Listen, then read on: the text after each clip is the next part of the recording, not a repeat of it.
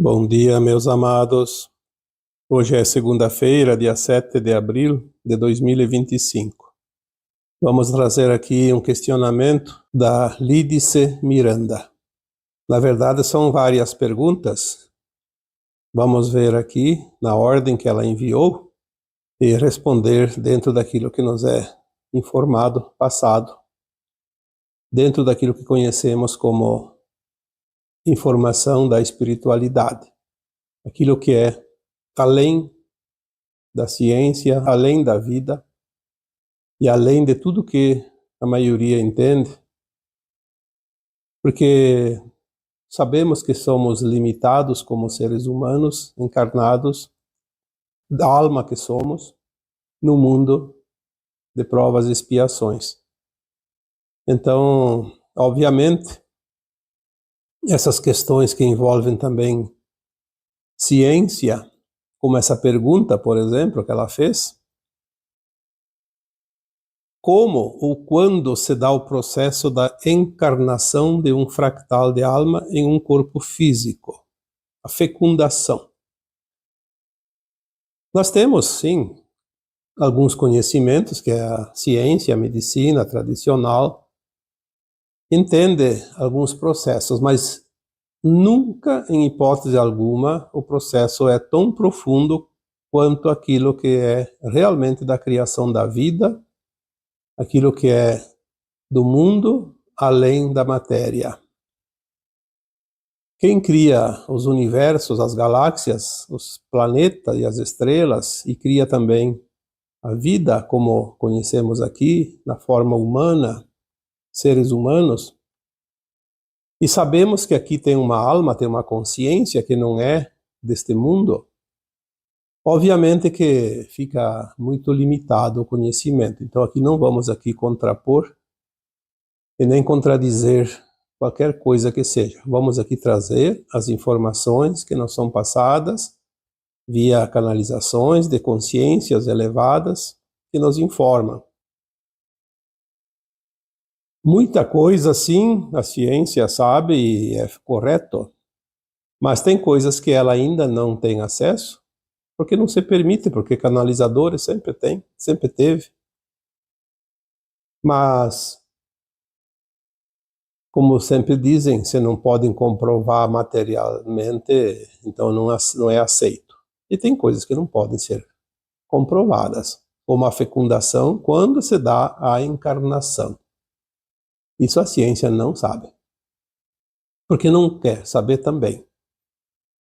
Quando se dá, ou como se dá o processo da encarnação, exatamente ali naquele feto que está se desenvolvendo, porque sabemos que o ser humano é um corpo humano, mas que tem uma alma. Ali, quando esta alma assumiu esse corpo e de que forma? E é isso que nós vamos trazer aqui hoje, através da pergunta, do questionamento aqui da Lídice Miranda. Nós sabemos que a alma não tem corpo físico, ela precisa de um corpo físico para experienciar aquilo que ela vem aqui, numa encarnação, representar, como eu gosto de comparar, uma personalidade, uma persona, um personagem.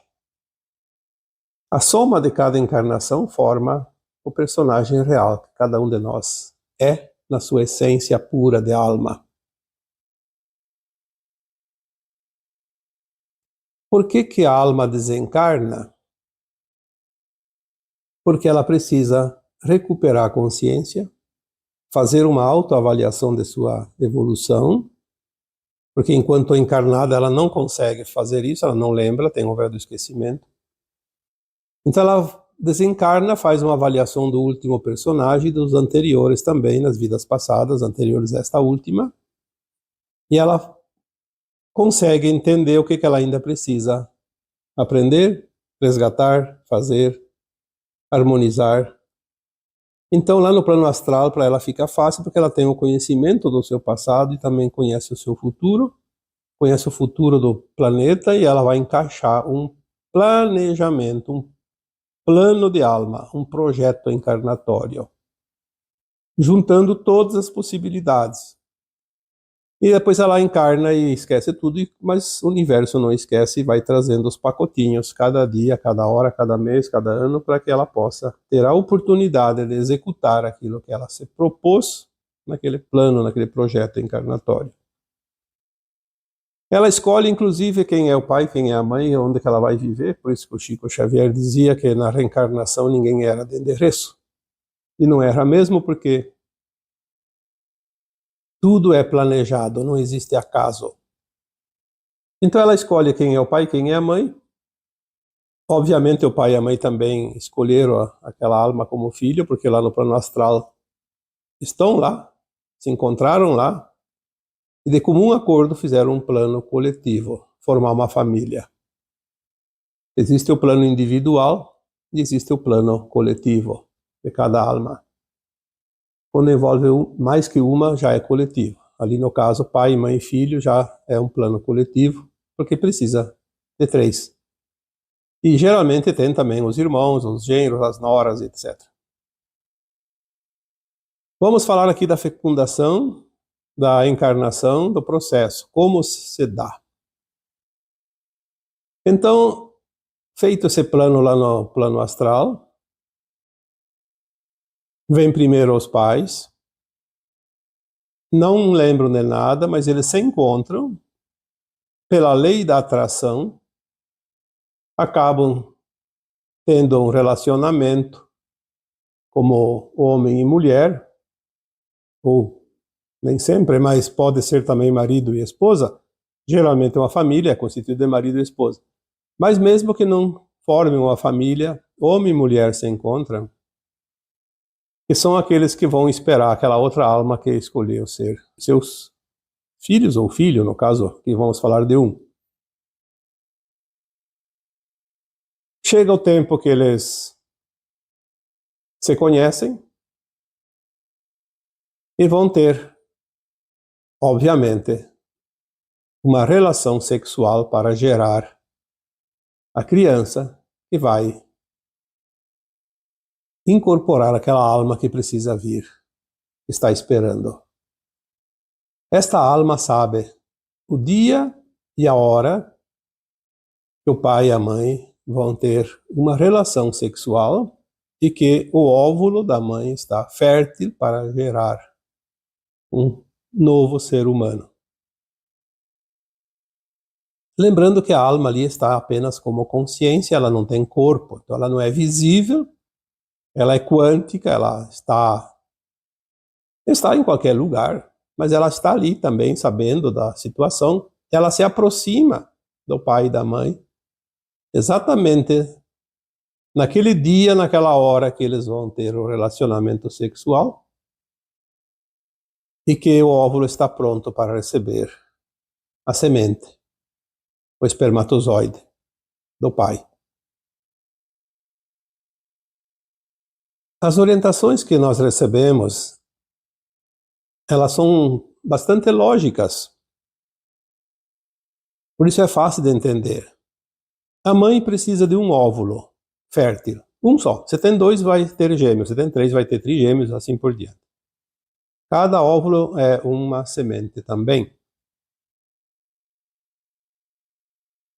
O homem, cada ejaculação tem entre 200 milhões a 300 milhões de espermatozoides. É uma coisa absurda.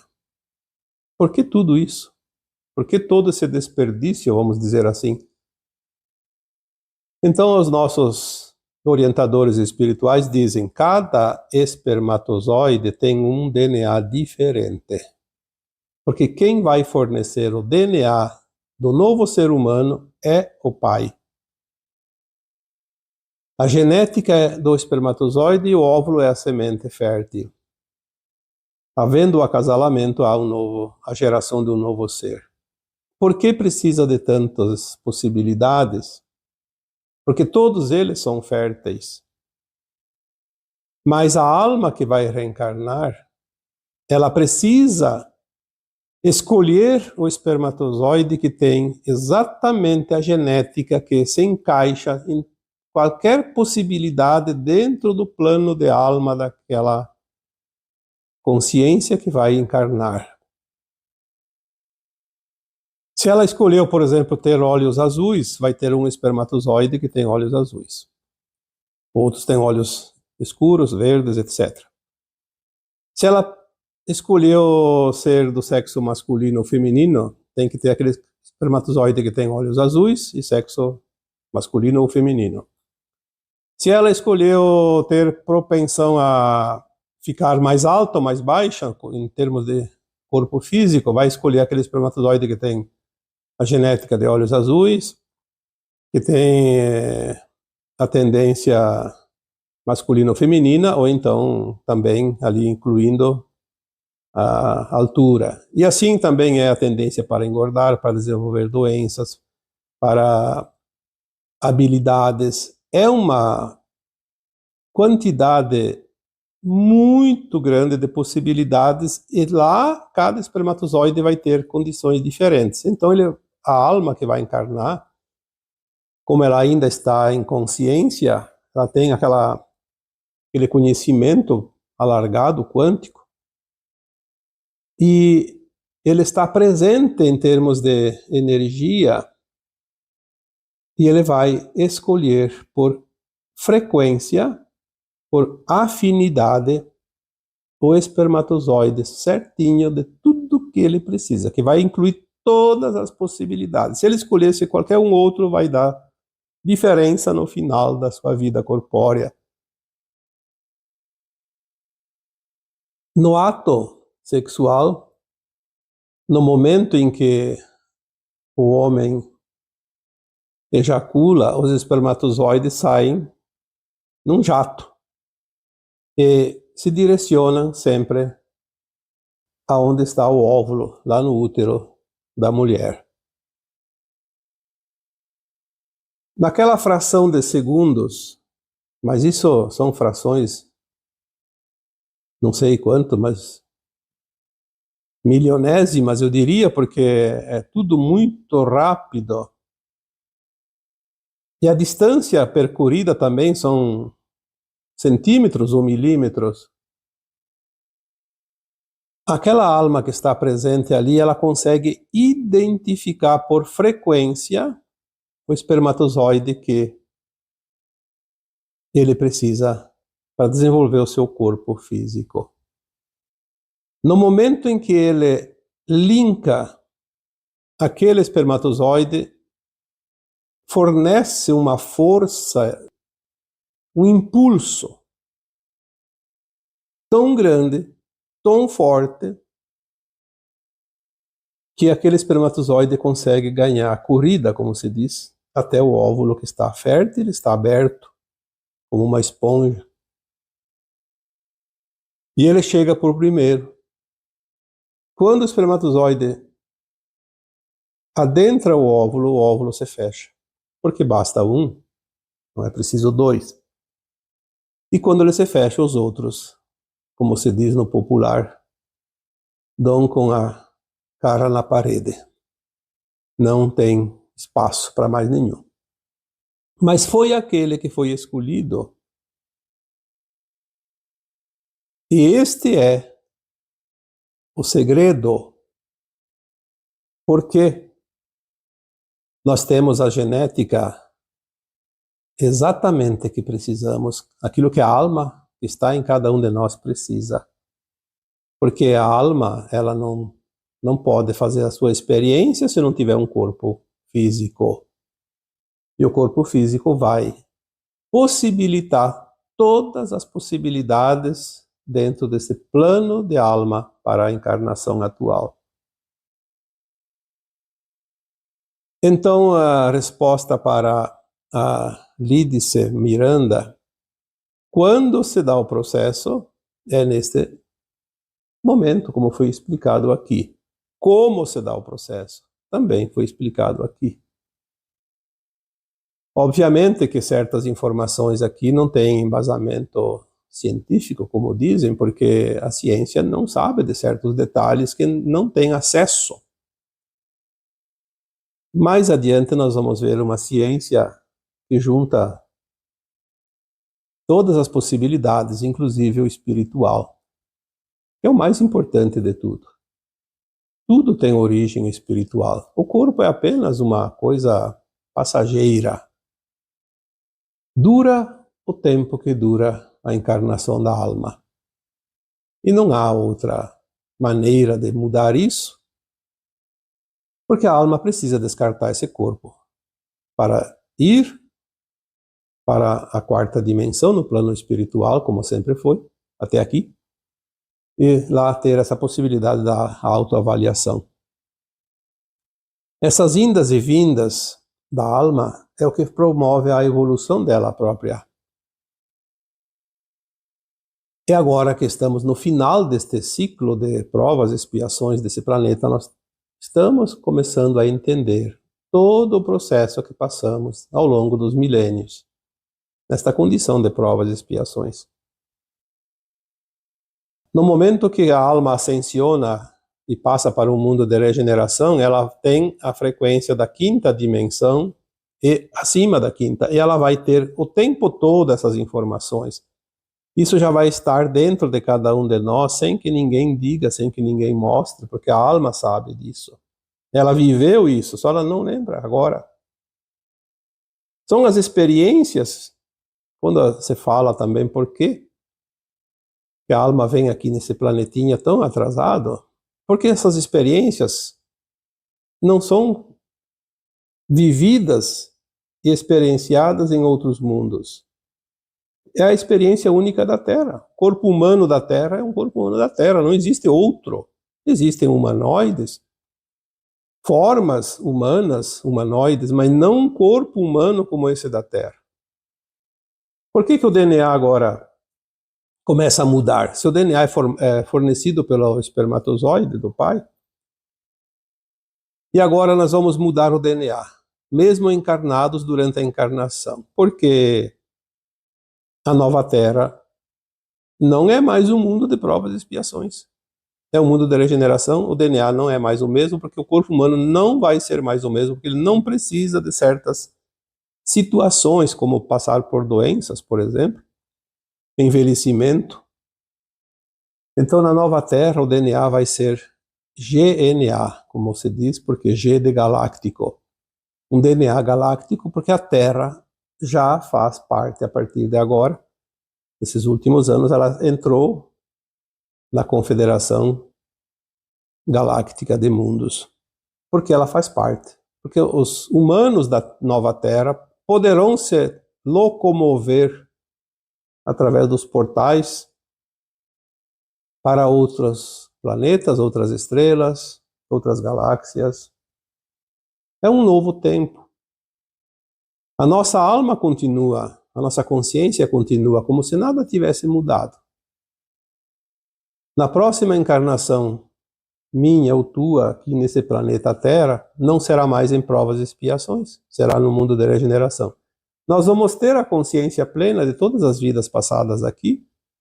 Todo o aprendizado que vivemos aqui vai estar sempre na consciência biográfica, lembrando a qualquer momento que precisaremos lembrar, porque é um aprendizado que não se perde, é levado para sempre, dentro da nossa consciência. Se aqui ainda não lembramos das vidas passadas, porque ainda não terminou o ciclo de provas e expiações, mas vai terminar. Essa pergunta, então, da Lídice, como e quando se dá o processo da encarnação, é como foi explicado aqui. É a orientação que nós recebemos das consciências mais elevadas. Eu não tenho como colocar coisas a mais e nem suprimir informações, e nem inventar histórias. Continuando essa mesma pergunta, tem coisas importantes aqui que devem ser ditas. A encarnação de uma alma, ela começa exatamente no ato sexual do pai e da mãe, na ejaculação e na concepção. Ali na concepção, imediatamente começa a se produzir um feto, e ali a ciência explica na multiplicação das células. Eu não vou perder tempo aqui, vocês pesquisem, que isso está disponível para todo mundo. Como se forma um feto. Ali já existe o projeto real da encarnação de uma alma. Porém, por garantia, aquela alma que está ali, ela fez todo o processo, escolheu o espermatozoide, formou o DNA dela ali, já começa a multiplicação das células através do espermatozoide e do óvulo. Certamente, por segurança, a alma ela fica ainda nas imediações, ela não está dentro, porque nem existe ainda um corpo. Não existe uma forma ainda, apenas a multiplicação das células. Então ela fica por ali, ela não sai, ela não está dentro da barriga da mãe, obviamente, mas está ali nas imediações, porque ela é quântica, ela não tem a forma ainda, não está naquele feto. Ela fica presente naquela família, mais ou menos ali em torno de 8 até 12 semanas. Depende da situação, ela pode ser 8, 9, 10, 11, 12, mas é por ali. Enquanto isso, o feto vai se desenvolvendo, tomando forma. Quando o tubo neural está mais ou menos já formado, então a alma que está ali, ela entra naquele feto. E aí ela não sai, ela fica lá.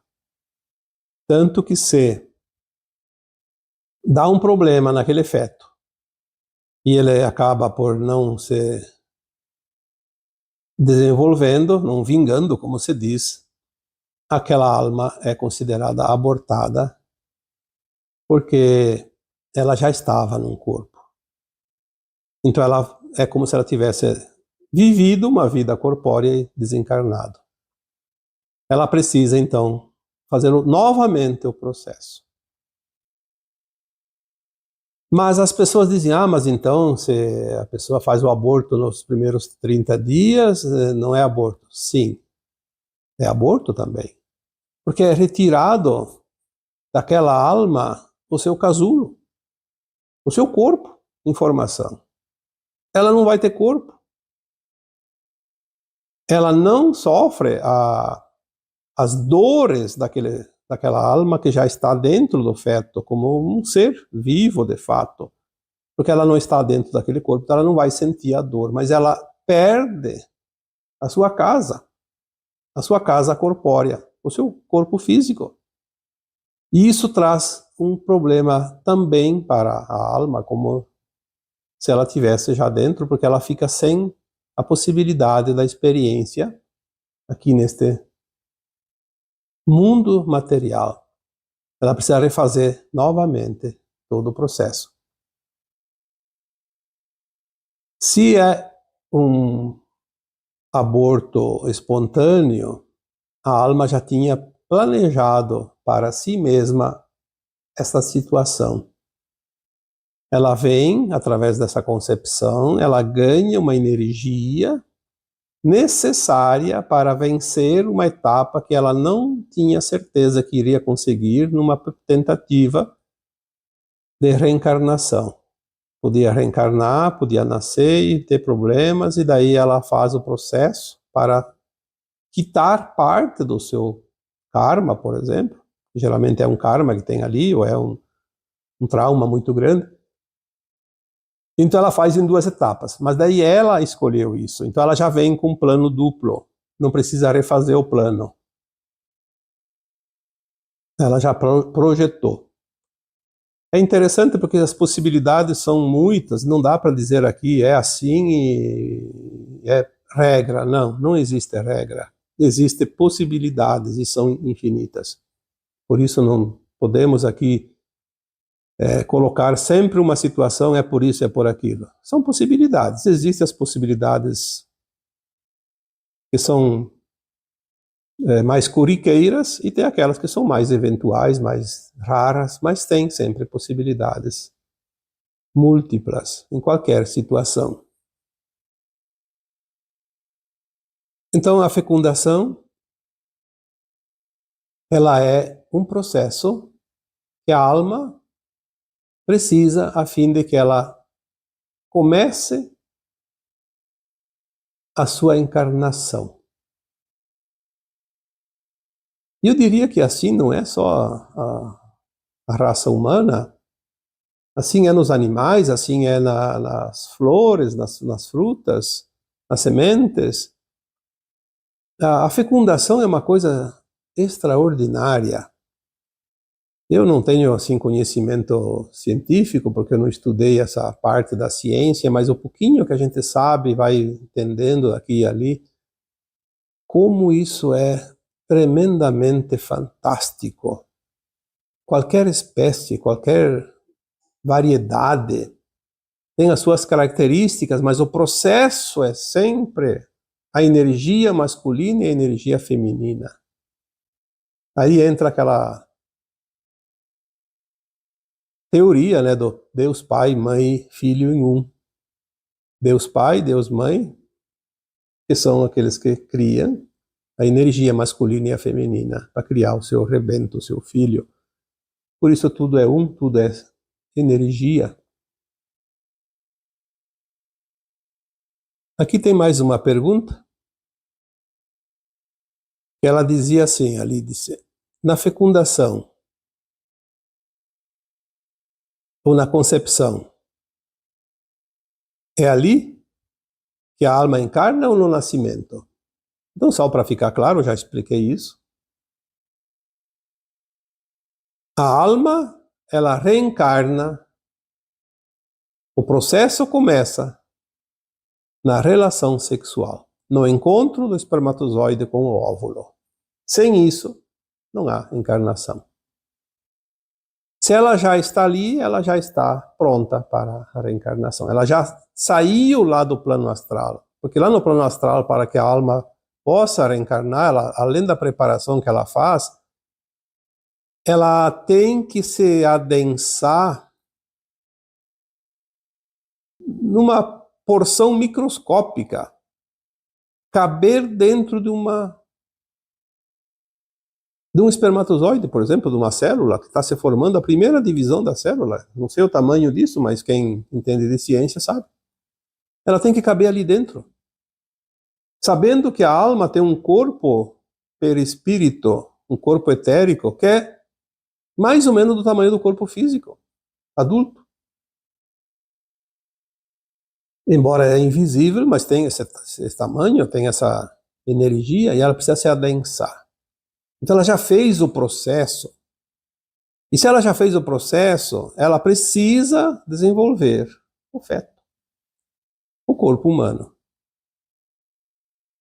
Então a fecundação é, sim, o instante em que a alma começa a sua reencarnação. Como eu disse, ela fica aquelas 8 semanas, até 12 semanas no máximo, aguardando o desenvolvimento. Caso aconteça alguma coisa ali, ela está ali, ela vai ficar por ali, ela não vai embora, ela ainda não vai ser eliminada junto com aquele feto que é abortado, por exemplo, mais adiante, na hipótese, obviamente. Mas ela fica ali, então ela está se estabilizando. É menos traumático para ela do que, por exemplo, um aborto aos 6 meses. Então a fecundação é o momento da reencarnação, não é no nascimento. Senão não teria nenhum problema os abortos, né? E aqui tem mais uma pergunta que ela traz, que eu gostaria de colocar, porque são as perguntas que ela trouxe, e também a última da série, né, dela. Por que escolhemos nos tornar fractais e vir para este plano? Se poderíamos ir para outros planos, Por que então a escolha para o planeta Terra? Bom, quando eu falei aqui da encarnação, da fecundação, vocês viram como é lindo o processo da criação humana, da encarnação. Isso é diferente, não existe outro lugar no cosmos infinito que a situação seja idêntica. Porque os corpos são diferentes, porque a matéria é diferente, a densidade é diferente, a consciência é diferente. Aqui na Terra é única. As almas querem experienciar, porque elas estão lá nos planos mais elevados e elas não ficam ociosas, elas querem experienciar, então elas soltam um fractalzinho como se fosse uma semente e criam uma nova árvore, vai lá experienciar um novo tempo, um novo mundo. E lá nós temos então as possibilidades. Se a alma decidiu, eu quero uma parte minha, colher informações como é a vida lá no planeta Terra. Então vem um fractal para cá. É uma parte da consciência. Por isso que nós temos a consciência tão limitada aqui. É um pedacinho da consciência. E agora, na ascensão, nós vamos ser integrados novamente na mesma alma que expeliu esse fractal. E vamos levar esse conhecimento e vamos ampliar a nossa consciência ao nível daquela alma. Por isso que se nós temos a consciência aqui na Terra, enquanto encarnados, de 1%, 2% da capacidade cerebral, neural, quando fazemos a nossa ascensão, já na primeira faixa da quinta dimensão, a nossa consciência já dá um salto para 79% da capacidade do corpo, porque na nova Terra ainda permanece o corpo físico, mais sutil, mas ainda vamos ter um corpo humano, como agora. É preciso entender um pouquinho das mônadas também. O fractal vem garimpar. Não somente aqui na Terra. Uma alma tem não sei quantos mil fractais. Eu nunca recebi essa informação. Estou curioso, mas não recebi até hoje. Vamos supor que a alma a qual eu sou um fractal aqui na Terra tenha 5.000 fractais espalhados não somente pela galáxia Via Láctea, mas por todo o universo local ou pelos outros universos que formam o cosmos. E lá cada um pedaço escolhe um lugar para experienciar e traz as experiências para essa alma. Imagina como essa alma se abastece de conhecimento. Por isso, nas dimensões mais elevadas, o conhecimento é ilimitado. Porque a consciência se expande. E não é preciso que alguém conte. Não é preciso ler os livros. A alma tem em si própria, na sua mônada, as experiências e as informações. Porque tudo foi criado pelas almas, pelos fractais.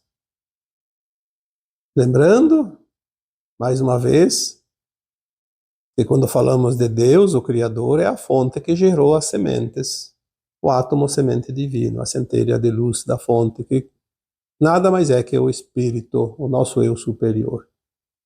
E se dividiu em 12 superalmas, e cada 12 mais um grupo de 12, que forma 144 superalmas, e depois ela se divide em almas para experienciar mundos de densidade maior, que seria menos consciência, né?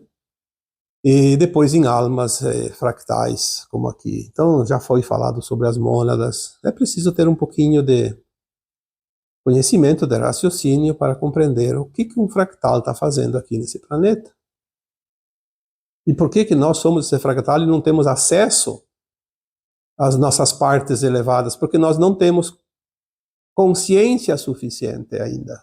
Somos um fractal, um pedacinho.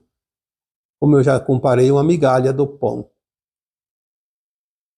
Se você pegar a migalha e analisar, ela tem a mesma característica do pão inteiro, porque o todo está na parte, a parte está no todo. Mas a parte sempre é tão frágil que até uma formiguinha pode comer a migalha, né? Então vamos deixar aqui mais uma vez alguma orientação para que todos vocês possam também aprender alguma coisa, conhecer, ampliar um pouquinho a consciência, o conhecimento, através das próprias perguntas, questionamentos que vocês fazem. De vez em quando eu seleciono alguém lá que tem uma questão mais interessante, que dá para desenvolver, porque às vezes tem uma pergunta que dá para responder numa frase, então eu já respondo por lá mesmo. Lembrando que eu leio todos os comentários, mesmo que eu não responda todas as perguntas, porque comentário geralmente não é pergunta. Mas eu sempre acompanho para saber o interesse de vocês, saber e ter uma noção do que vocês precisam, porque nós não temos mais tempo a perder. O tempo urge, o final do ciclo está cada vez mais próximo e nós temos que acelerar. Assim como o tempo está acelerado, então eu vejo os interesses, as preferências, as dúvidas de vocês, para que eu possa dar sequência nesse trabalho. Porque às vezes o mais difícil é escolher um tema, um assunto. Veja que só aqui no canal, pouquinho mais de um ano, tem bem mais de 200 vídeos. A gente coloca 4 por semana. E às vezes fica difícil de escolher um tema. O que eu vou falar hoje, o que eu vou dizer? Às vezes vem a intuição, vem a informação, a gente coloca, mas às vezes tem que pensar. Poxa, o que essa turma quer? Sem levar em conta que lá no Facebook eu tinha tantos textos e áudios que, somando com esses deste último ano, eu acho que passa de 2.000 artigos.